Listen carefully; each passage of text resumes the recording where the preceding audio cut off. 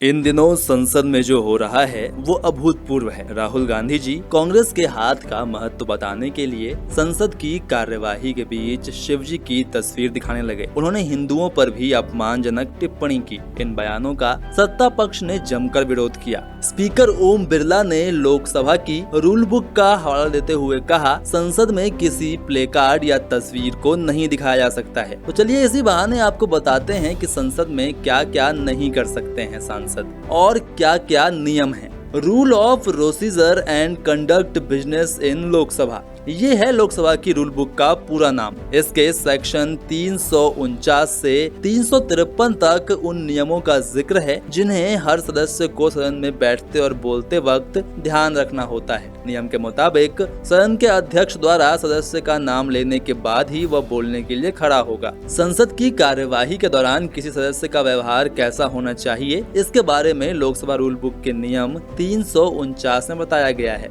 याद हो कि स्पीकर ओम बिरला ने राहुल गांधी की ओर से भगवान शिव की तस्वीर दिखाने पर इसी के उपनियम 16 का हवाला दिया था। 349(1) संसद की कार्यवाही के दौरान कोई सदस्य किसी किताब, अखबार या पत्र नहीं पढ़ सकता। ये उन किताबों पर लागू होता है जिनका सदन की कार्यवाही से कोई संबंध न हो। 349(2) किसी भी सदस्य के बोलते समय शोर मचाकर या किसी और तरीके से बाधा नहीं डाली जाएगी। 349(5) अध्यक्ष जब सदन को संबोधित कर रहा है तब सदन से बाहर नहीं जा सकते। 349(6) बोलते वक्त हमेशा चेयर यानी अध्यक्ष को संबोधित करना है। 349(8) जब कभी नहीं बोल रहे हैं तब सदन में शांति बनाए रखनी है। 349(16) सदन में कोई भी सदस्य झंडा, प्रतीक या कोई भी चीज प्रदर्शित नहीं करेगा। आखिर संसद में बोलते समय किन किन बातों का ध्यान रखना होता है। मित्रों, रूल बुक के नियम 352 में उन नियमों का जिक्र है जिसका ध्यान रखना जरूरी है। 349(1) ऐसे किसी मामले का जिक्र नहीं करना जिस पर कोर्ट का फैसला आना बाकी है। 349(2) किसी दूसरे सांसद पर पर्सनल अटैक नहीं करना है। 349(6) बहस या चर्चा के दौरान राष्ट्रपति के नाम का भी इस्तेमाल नहीं कर सकते हैं। 349(7) देशद्रोही बातें नहीं की जा सकती हैं। आखिर क्या है सांसद पर आरोप लगाने का तरीका। किसी सदस्य द्वारा दूसरे सदस्य के विरुद्ध मानहानि जैसा कोई आरोप लगाने से पहले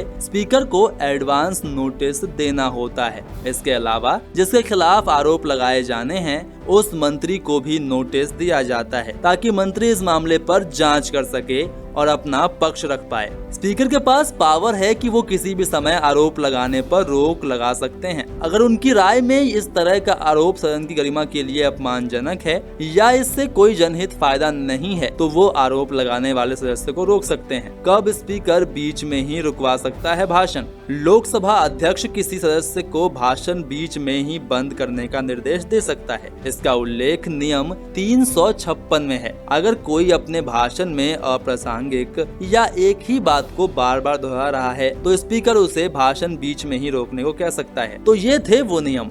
हमें उम्मीद है कि आपको जानकारी पसंद आई होगी। ऐसे ही और वीडियोस के लिए हमारे चैनल को सब्सक्राइब करें और नोटिफिकेशन की घंटी जरूर दबाएं।